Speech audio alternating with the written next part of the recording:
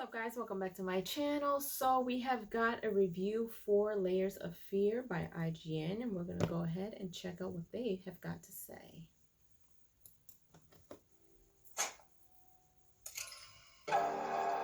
Not since 2016's Suicide Squad was followed up by The Suicide Squad in 2021 has there been such a flagrant attempt to make something as needlessly difficult to Google as the new Layers of Fear.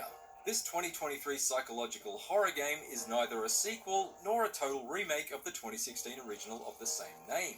Instead, it bolts together the first installment, its 2019 follow-up, previously released downloadable content and a couple of new playable stories to form a Frankenstein's monster of manipulated hallway horrors, freshly reimagined in Unreal Engine 5.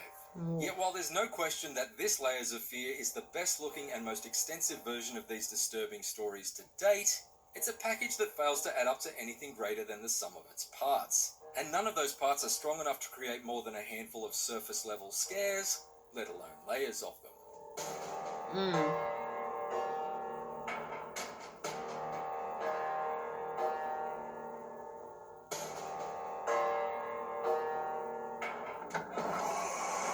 Heavily inspired by Hideo Kojima's masterful and now depressingly unobtainable PT, Layers of Fear places us into the tortured minds of a series of artists, a painter, an actor, and a writer, and invites us to piece together their tragic backstories by scouring each setting for handwritten notes, truncated newspaper clippings, and other evidence of past trauma they've endured or inflicted. I need to remove the flesh from the bone.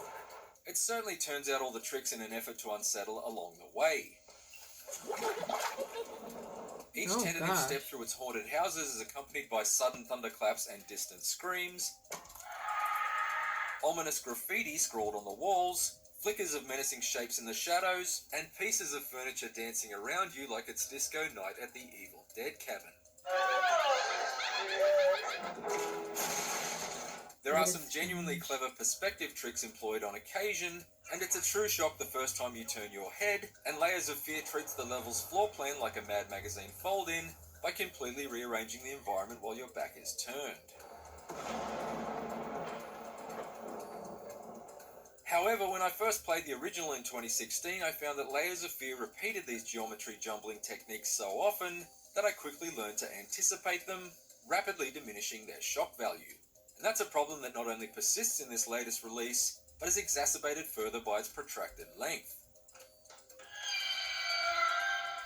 PT was able to more successfully employ similarly disorientating tactics, partly because it was so short. But stretched out over the 13 hours of Layers of Fear's combined campaigns, the constant walking in loops starts to feel more like arbitrarily jumping through hoops. And the hurried carnival ride style pacing is such that it's just one telegraphed jump scare after another, with rarely enough room for any real dread to seep in. Another major problem with bridging the events of the original Layers of Fear with that of Layers of Fear 2 in order to make a singular story is that the latter is both weaker and longer than the former, which left me with the overall impression that this combined Layers of Fear had peaked within its opening half.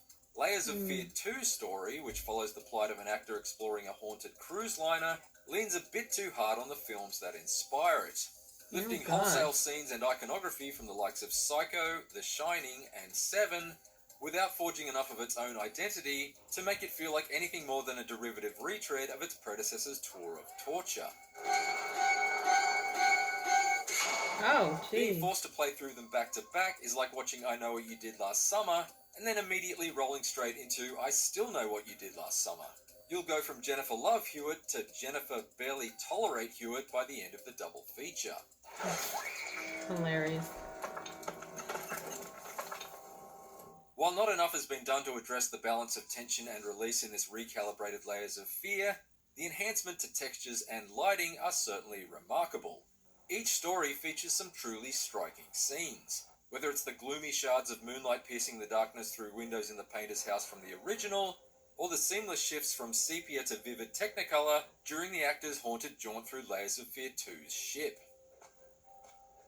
Fine detail can be observed down to the craquelure on the painter's canvas, and there's generally a high level of realism in the world around you. Well, as realistic as a cruise liner that morphs into a hedge maze can be. A little spark is all it takes. This improved lighting system doesn't just bring more richness to the environment either. It has a direct impact on how you interact with it via the new flashlight, which presented me with some stimulating things to do outside of the ongoing cycle of opening doors and rummaging through drawers for scraps of exposition. In the painter's story, its beam can be aimed at ghostly echoes found in your surroundings to reveal hidden objects. Oh, that's trippy. While in the actor's adventure, it can be shone onto static mannequins to briefly animate them in order to clear paths by pushing crates or throwing themselves over railings. The latter is a particularly eerie sight to behold, since these dummies move in a stilted stop-motion style that seems unnervingly unnatural. More importantly, the flashlight can also be used to stun the stalker enemies occasionally encountered in each of the two main stories. Previously, your only option was to flee these spectral pursuers, inevitably leading to a frustrating instant fail and checkpoint restart if you were too slow to turn on your heels. I missed you, my love. Now you can buy yourself some breathing space by blasting them with a charged up beam of light, temporarily halting their advances and affording you time to either identify the area's exit or perhaps quickly search the neighbouring rooms for hidden collectibles. It massively reduces trial and error, but it also tips the balance of power a bit too far in the player's direction. The rapidly recharging flashlight makes it surprisingly easy to keep these enemies at bay, making them seem less like inescapable manifestations of psychological grief and more like the hapless goofball ghosts from Luigi's Mansion. Additionally, the flashlight can also be used to solve puzzles in certain situations, serving as a sort of blacklight to reveal hidden messages, but for the most part the puzzles in Layers of Fear are every bit as rudimentary as they were in the original releases. There's a lot of scrutinising your surroundings for numbers to input into combination locks, or for the directions to dial open a safe, and rarely anything that demands more than a basic amount of brain power. Hello?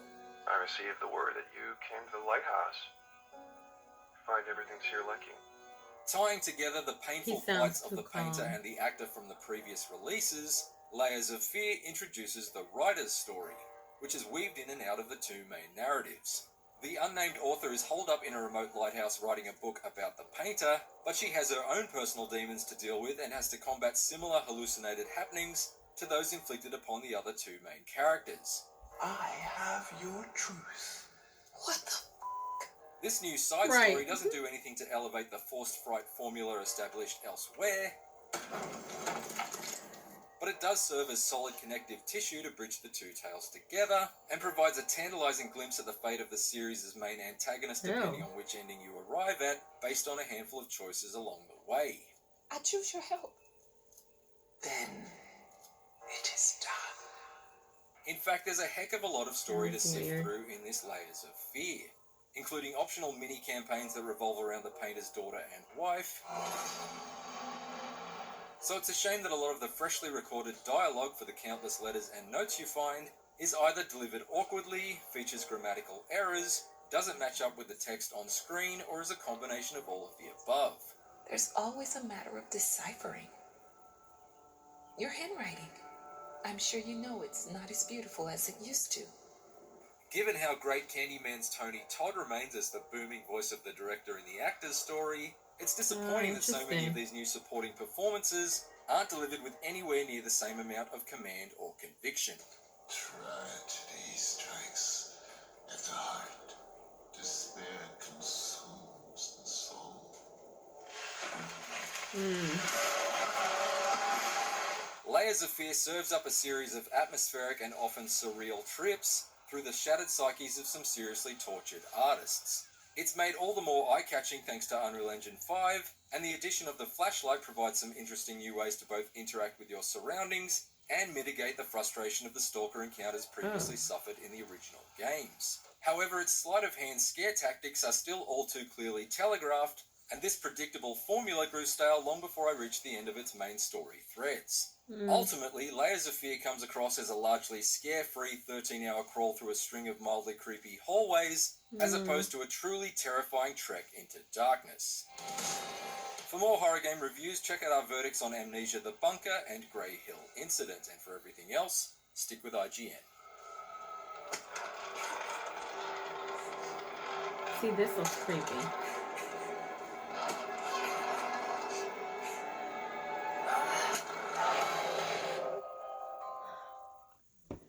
guess it's just okay.